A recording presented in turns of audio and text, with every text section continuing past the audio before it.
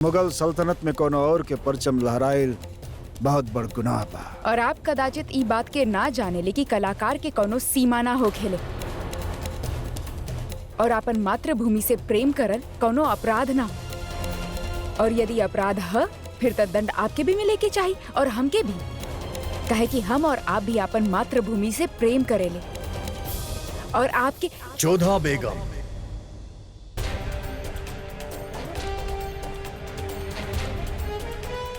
ये सियासी मामला आप इसे दूर रही। इनके साथ का करे के बाकाना हम ये अच्छी तरह से जाने ली। आप महल में वापस जा सकेली।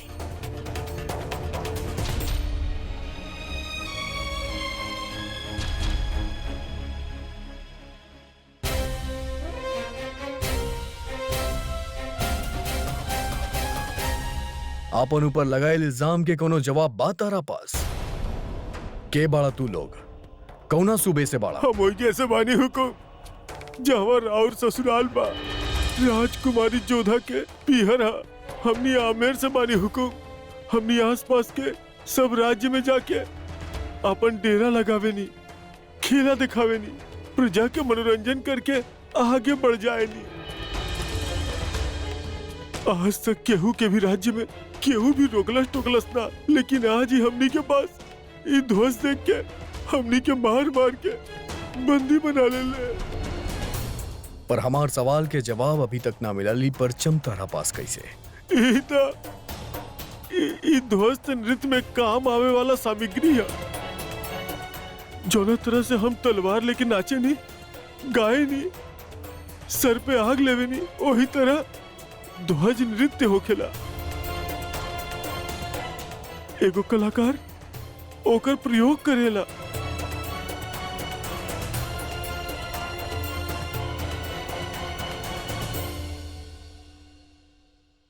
इनके रिहा कर दिहल जाए।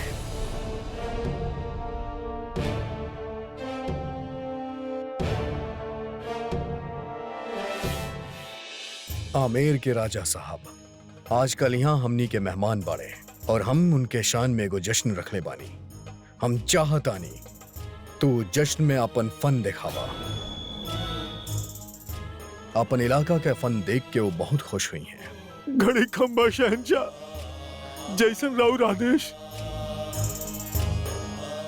हम आपसे कुछ बात कर चाहता नहीं। तकलिया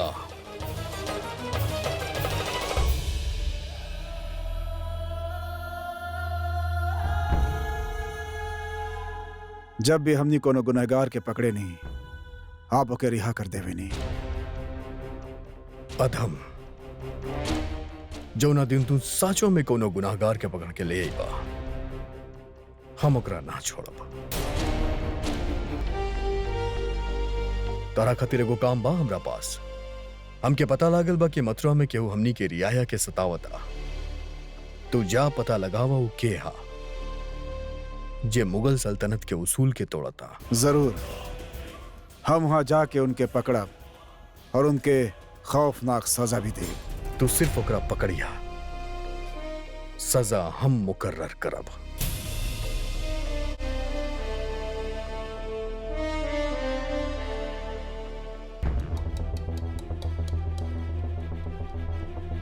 जे के मुजरिम माना ओके सजा देवे से हमके केहू ना रोक सकेला जलाल, तू भी ना।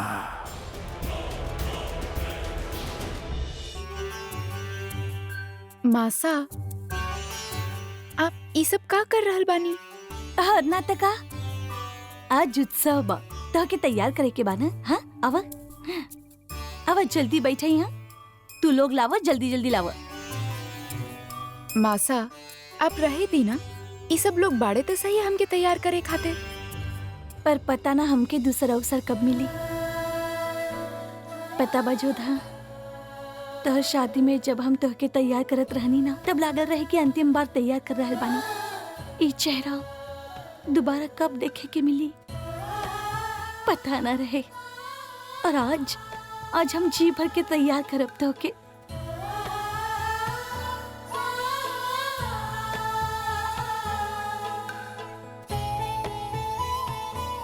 बा अदब बा मुलाहिजा होशियार। मल्लिकाए आलम मरियम मक्कानी बेगम तशरीफ ला रहल बानी।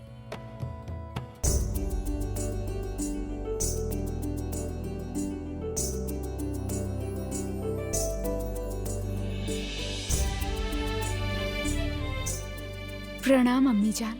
खुदा तो के उम्र दराज करे, दुनिया के हर नेमत, हर खुशी बख्शे।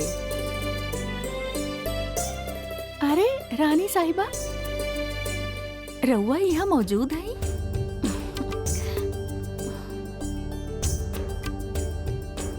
नमस्ते। ओ आज उत्सव है ना, यही से मासा हमके तैयार करत रहनी। ना जोधा, तुहार वालिदा अभी हक खो चुकल बानी।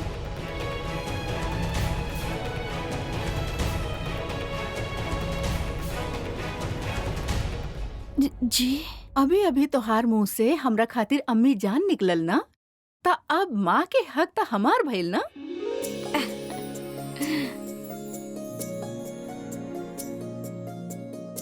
यही से हम अपन हाथ से अपन बेटी के सजाइब।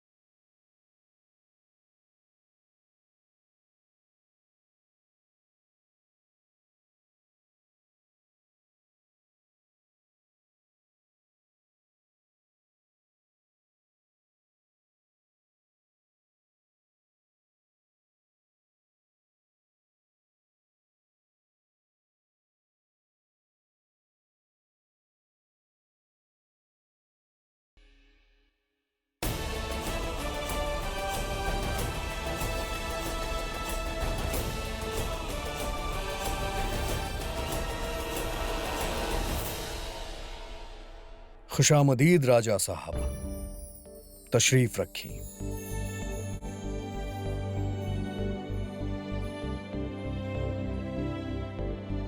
नजराना पेश कइल जाए।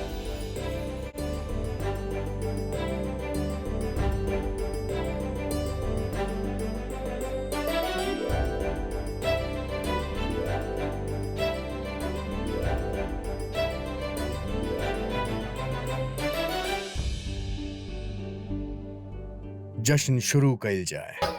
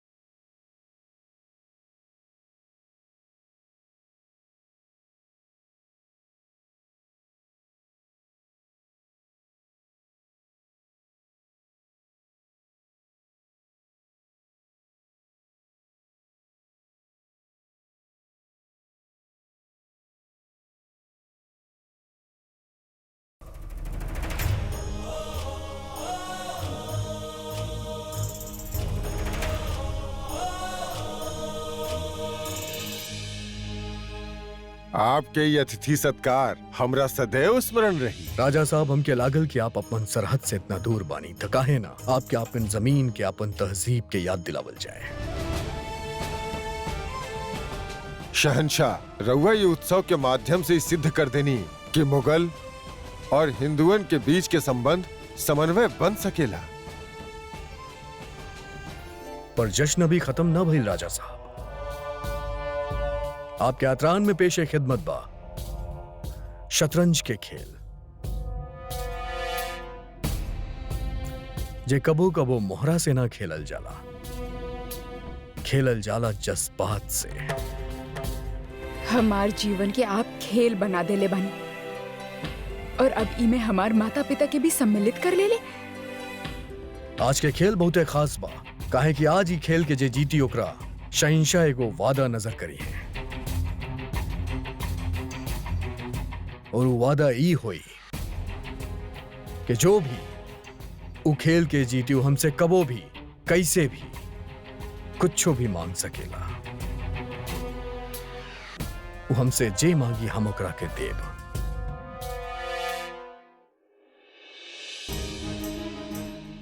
हुक्म शहंशाह के, मोहर मुगल सल्तनत के।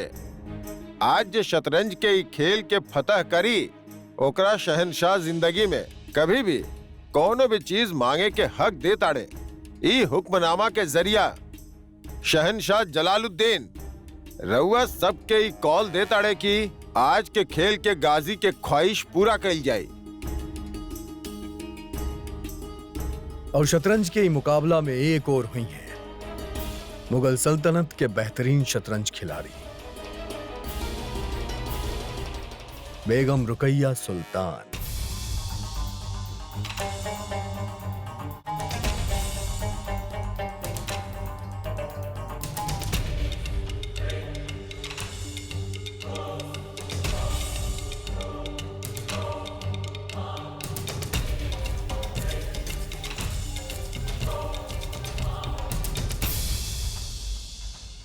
इज्जत अफजाई के शुक्रिया जहाँ पना।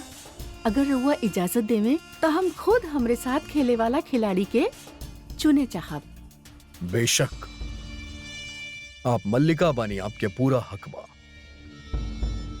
राजा साहब मुगल और हिंदू तहजीब के मिलन के बात कैले रहले,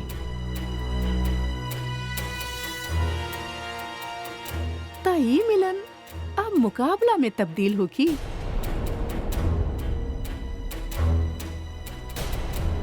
हम ही खेल बेगम जोधा के साथ खेले चाहता नहीं।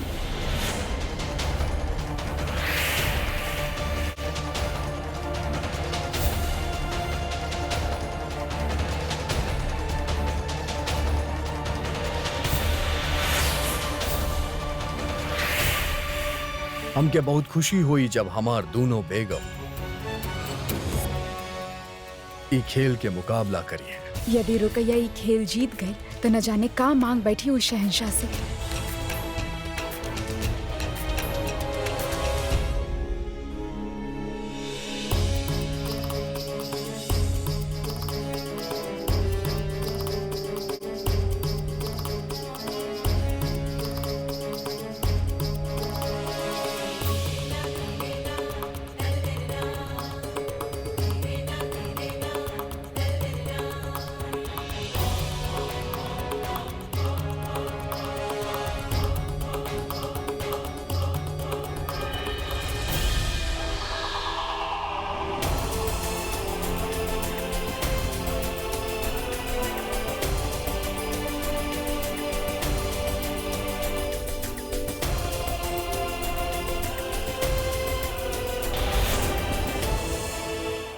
कहीं जोधा बेगम रउआ ई बाजी खेले चाहता नहीं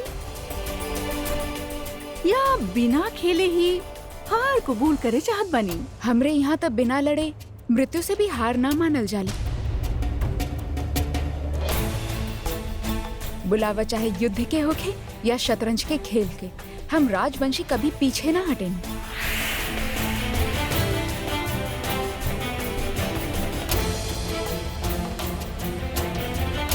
ई खेल खातिर हम प्रस्तुत बनी। मल्लिका खास बेगम रुकैया और बेगम जोधा के बीच शतरंज के बाजी शुरू हो रहा बा। रउआ हमसे छोट बानी, यही से पहला चाल रउआ चली है। खेल में आयु या पद ना, चाल बड़ हो खेले रुकैया बेगम। फिर भी अगर आप चाहत बनी कि हम पहला चाल चली तो इहे सही।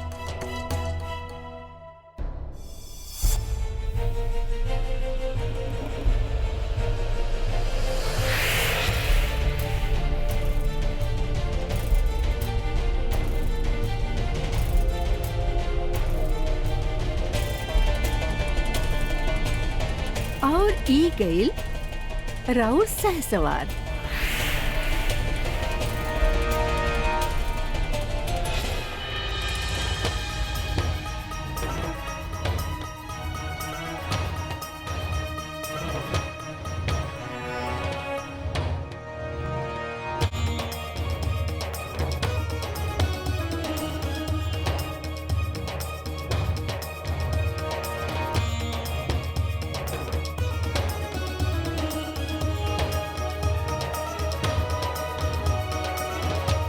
और ई शहीद भइल राउर ऊंट।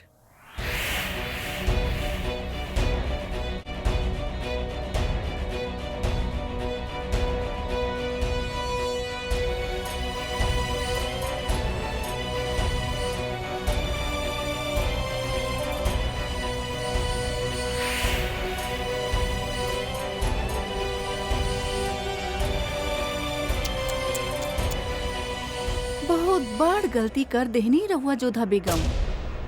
राउर बादशाह के तो हम चारों ओर से घेर लेनी।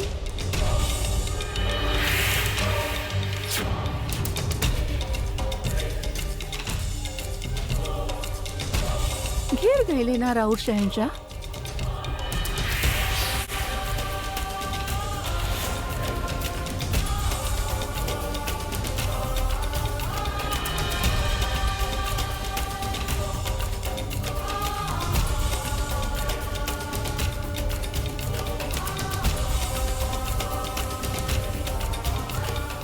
राउर खेल खत्म भइल छोटी बेगम।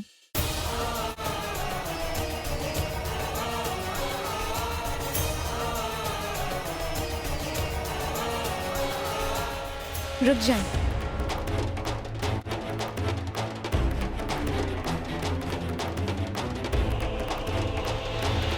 अभी खेल शेष बा।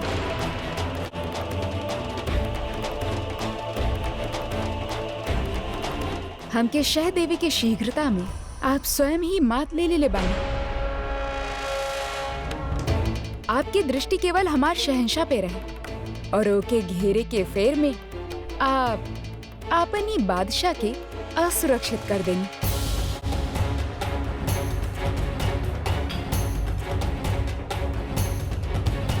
अब चाल हमार है।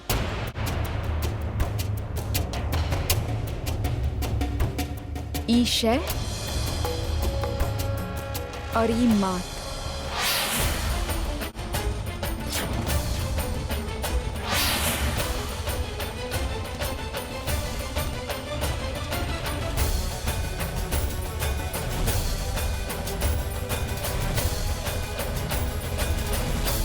मुबारक होके, मुबारक होके, मुबारक होके, मुबारक होके।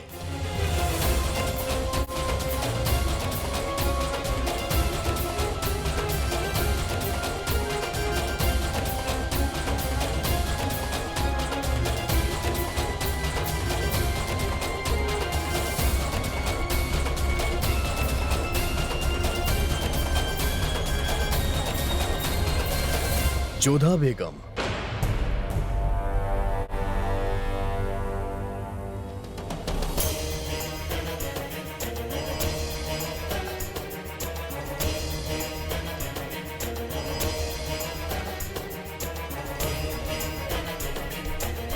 बेगम साहिबा ये फरमान कबूल करी। हमके ये बात के प्रसन्नता है कि बापूसा, मासा और दादीसा के आशीष से हम ये खेल जीत लेंगे। लेकिन एकरा बदले में हमके कुछ ना चाहिए। हम ही खेल केवल खेल समझ के खेलनी है, शहंशाह के मान रखे खातिर खेलनी है। हमके कोनो भी वचन के इच्छा ना और ना कोनो पुरस्कार के अभिलाषा है।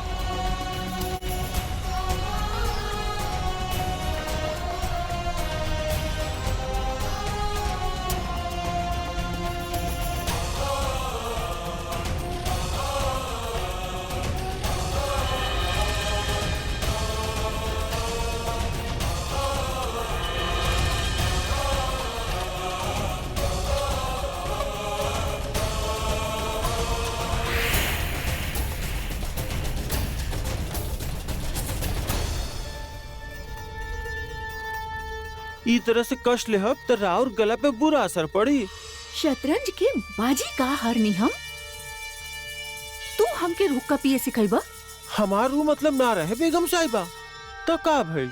ऊ अगर एक बार रउआ के शिकस्त दे देहलस तो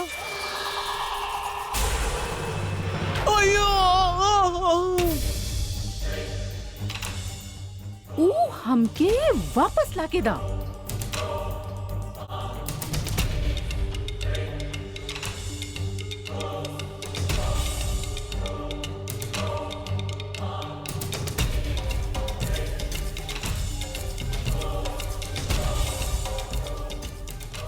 ई जख्म तोहरा खातिर सबक रही कि मलिका के जख्म पे नमक ना छिड़कल जाला।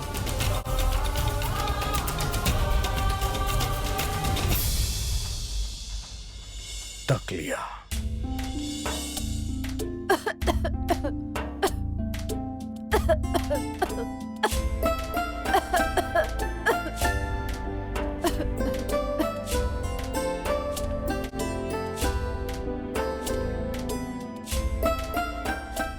इतना गुस्सा? वो सबके सामने हमके मार देलस, वो शतरंज के खेल में। अगर हम तरह तरह सोचती तो अब तक न जाने कितनन के जान ले चुकल होती। तकलीफ ई बात के बा कि हम राउर ख्वाहिश पूरा न कर सकनी। रउआ सबके सामने होके हमरा हाथ से जलील होकर देखे चाहत रहला और हम खुद जलील हो गईनी। हम तो सोचले रहनी कि मजा आई जब हम सबके सामने वो हिंदू रानी के चुटकी में मात दे दे। दुश्मन के कमजोर समझल सबसे पहला गलती हो खेला और कई बार आखिरी गलती साबित हो खेला। रउआ के ई शिकस्त के कोनो मलाल न बा? वाह, बहुत हा, पर हम जताई बना। खान बाबा हमके सिखाइले रहे कि कबो अपन शिकस्त के शिकन अपना माथे पे मत आवे दिया। अपन दुश्मन से फतेह के खबर केहू के मत होए दिया और अपन जीत के जश्न जोर शोर से मनैया। यही के सियासत कहल जाला। अगर तू ओकरा के अपन शिकस्त के अहमियत देबा त लोग ओकरा कई गुना ज्यादा अहमियत देंगे। रुकैया उहे घोड़ा में सवारी करे पे मजा आवेला जे तोहरा पहले गिरा चुकल होके। अब गुस्सा थूका और हमके हुक्का के मजा ले बेदा। मगर ताजुब था ई बात के बा कि राउर शाही मोहर लागल फरमान भी उठुकरा देलस। रउआ के ई बात के भी कोनो मलाल ना बा?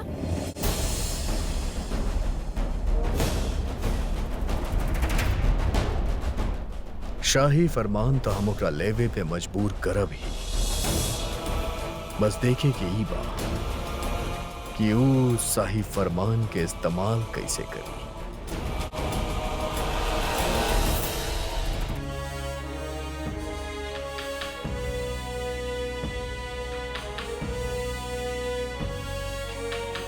बा अदब, बा मुलाहिजा होशियार, शहंशाह आलम, ताजे मुगल सल्तनत, बादशाह हिंदुस्तान, हुजूर जलालुद्दीन मोहम्मद दीवाने आम में तशरीफ ला रहल बाड़न।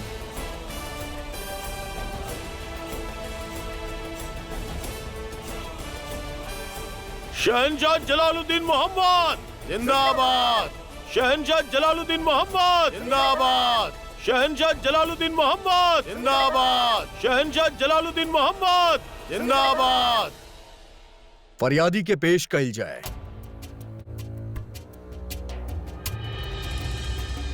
कहा का चाहता रहा तू? इंसाफ चाहिए। यह सल्तनत में शहनशाह एक बानी, पर्चा में एक बा, फिर कायदा कानून अलग अलग काहे? हमने के हमार धर्म बदले खातिर काहे मजबूर कइल जा रहल बा? हम ही सल्तनत में रहे नी, सारा कर चुकाए नी, कोनो गुनाह ना करे नी। गुस्ताख, शहनशाह के सामने तमीज से बात करे ना जाने ला। सिपाही, एकरा इज्जा से लेके जा, एकरा कैद खाना में बंद कर दा।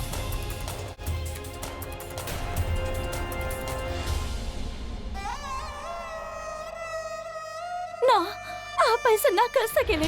कोनो तरह के शहंशाह बानी आप, गलत का कहले हूँ। नियम तो राजा और प्रजा सबके खातिर बराबर होखेला। आप एक हिंदू रानी से ब्याह कईनी, उनके अपन धर्म बदले पे मजबूर त ना कईनी, त आप हमरे साथ ऐसा काहे कर रहल बानी?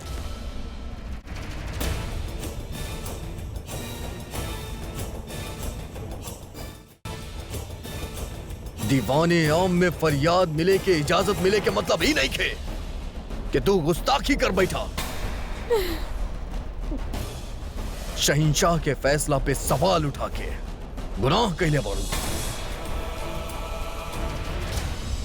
अच्छा बा, नई बेगम के खबर ता होखे कि नाफरमान हिंदुओं के साथ जलाल कैसे पेश आवे। ना केवल तू गुस्ताख बाड़ू और शहंशाह पे सवाल उठावे के गुनाहगार भी, और एक और सजा बा।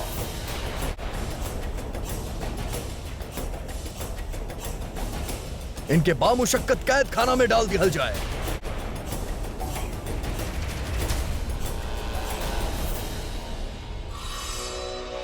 और हम चाहता नहीं कि लोग चीख सुने इनकर और मिसाल कायम होके इनके देख के, ताकि कबो भी केहू भी शहंशाह के तौहीन करे के हिमाकत ना कर सके।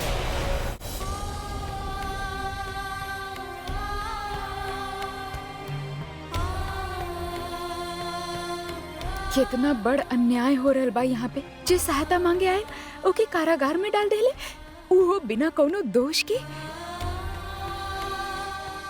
बालक पे भी दया ना आए। शहंशाह के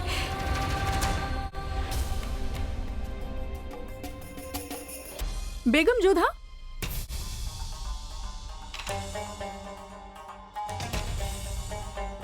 इतना हैरान होके की जरूरत ना बा।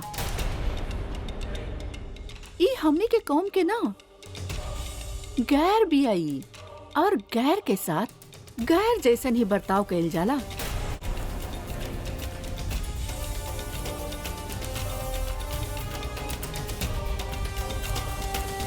हमरा खातिर का आदेश बा आपके?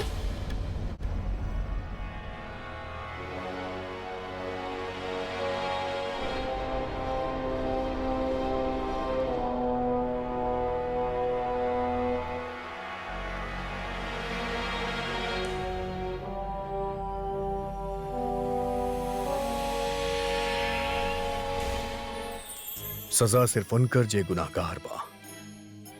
तू अपना घरे जा सकेला। कैसन घर बादशाह? आपके सिपाही लोग तो हमार घर छीन ले बानी। एक गाय रही जेकर हम दूध पियत रहनी, ओहो भी छीन ले। यही खातिर हम आपके पास आइल रहनी, काहे कि राजा तो धरती पे भगवान के रूप होखेला ना, और आप तो हमार माँ बाबा के ही कैद कर लेनी। अब हम कहाँ जाइब, केकरा पास रहब? तोहार वालिद हुमायूं कहे के ता हमार भाई बा, लेकिन गद्दी खातिर वो हमार जान के दुश्मन बन चुकल बा। इससे पहले वो कामरान के खून बहाए, हम ओके फना कर देब। जलाल के हम ई का कर रहल बानी रउआ? हट जाई बेगम, ई सियासी मामला बा। बच्चन पे सियासत ना खेलल जाले। रउआ दोनों भाइयन के जंग में ई मासूम जलाल के का कसूर? पहले ता रउआ एके एकरा वालिद से छिनला और अब एकर जिंदगी छीन लेवे चाहत बनी ना। हम ई बेकसूर के कोनो भी सजा पावे ना देब। बेगम,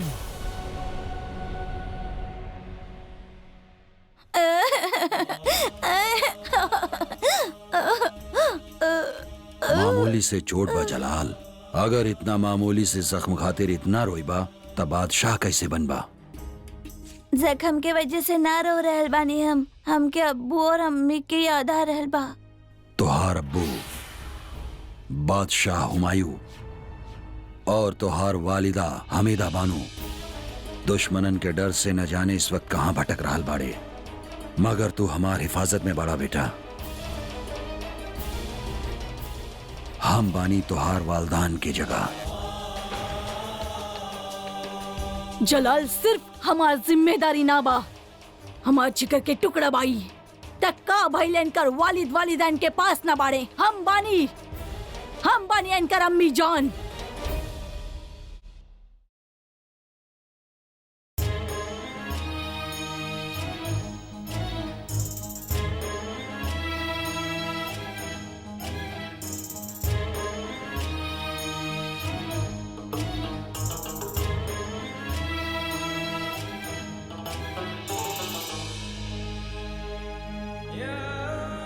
ई बच्चा के वालिदैन के रिहा कर दिया जाए,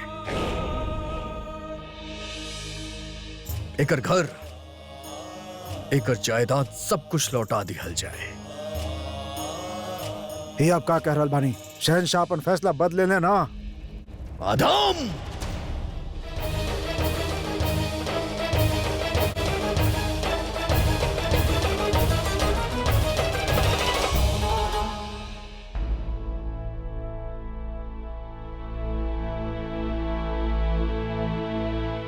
एगो बच्चा खातिर ओकर जिंदगी में ओकर वालिदैन के का अहमियत होके रही हमसे बेहतर केहू ना जानेला।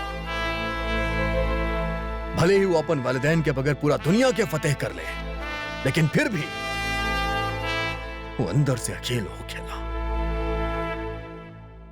और केहू हम जितना खुश नसीब नहीं खे जिकरा खान बाबा और बड़म्मी मिल जाए।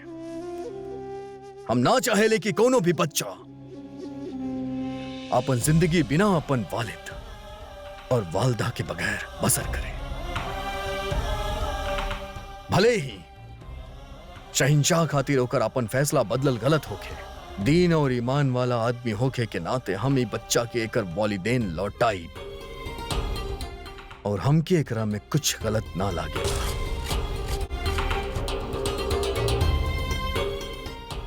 अपन घर जा बच्चा और अपन अब्बू अम्मी से कहिया कि भले ही शहंशाह उनके सजा देले हो, लेकिन खुदा के बंदा उनके मुआफ कर देलस।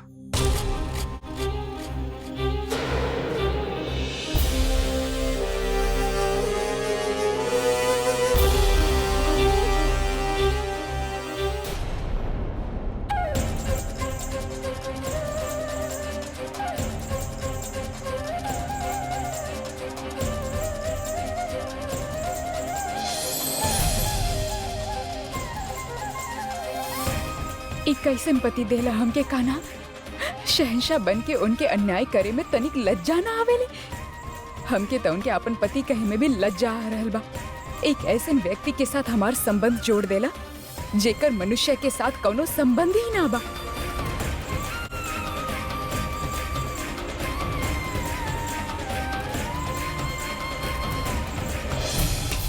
लागत वक्त और हालात बदल रहल बा नाजिमा। पहले शतरंज के बाजी पलट गईल और अब शहंशाह के फैसला। तू कहे का चाहत बाड़ू रुखसार? सोचत रहनी हम काहे ना हमने भी शतरंज की बाजी खेली, शायद इस बार हम भी रउआ से जीत जाई। जे काम करे के औकात ना ओकरे बारे में सोचा भी मत। रउआ तो बेवजह ही खफा हो रहल बानी। हम तो बस शहंशाह के आज के फैसला के बारे में बात करत रहनी। शहंशाह आज ही खातिर फैसला ना बदल ले काहे कि वो बच्चा हिंदू रहे या बेगम जोधा हिंदू है, बल्कि वो फैसला ई खातिर बदल ले काहे कि वो बच्चा में शहंशाह के आपन बीतल कल नजर आईल। लेकिन ये बात हम तोहके काहे समझा रहल बानी? ये बात समझे के कुव्वत ना बा तोहरा में। यही से बता रहल बानी कि जोधा बेगम हमसे जीतल बानी। ये बात के फैलावे के कोशिश भी मत करिया, बल्कि आपन खूबसूरती संभाले पे जोर डाला। कहीं ऐसा न होके कि शहंशाह के दीदार खातिर उम्र बीत जाए तोहार।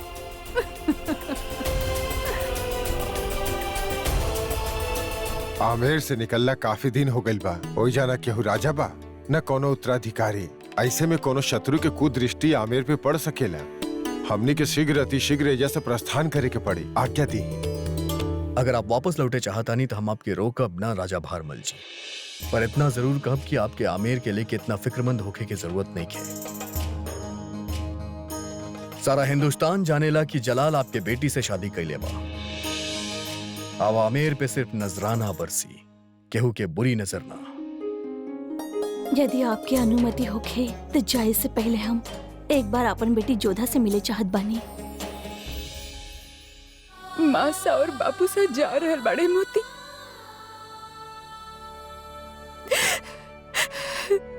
एक और तो मन में ई बात की संतोष है कि हमके वो अभिनय से मुक्ति मिल जाए, पर ई बात के पीड़ा भी बा कि अब पता ना कब हम उनके फिर से देख पाए। बेगम साहिबा, राउर वालिद और रानी साहिबा रउआ से मिले आ रहल बाड़े। मोती जल्दी कुछ करी, हम न चाहिले कि मासा हमारा आंसू देखे।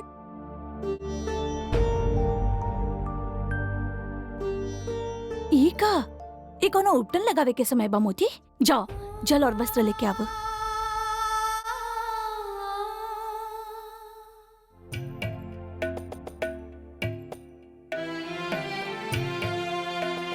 जोधा, हमने आमेर लौट रहल बानी और मोती भी हमनी के साथ लौट रहल बिया। मोती बाई काहे मासा? काहे कि वो अपन दायित्व ठीक से निभा ना पैली। जे कार्य तू उनके सौंपले रहलू वो भी संपन्न ना कर पैली।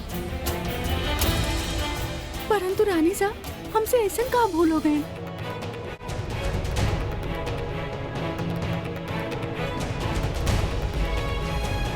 जोधा के आंसू तू ना छिपा पैलू मोती।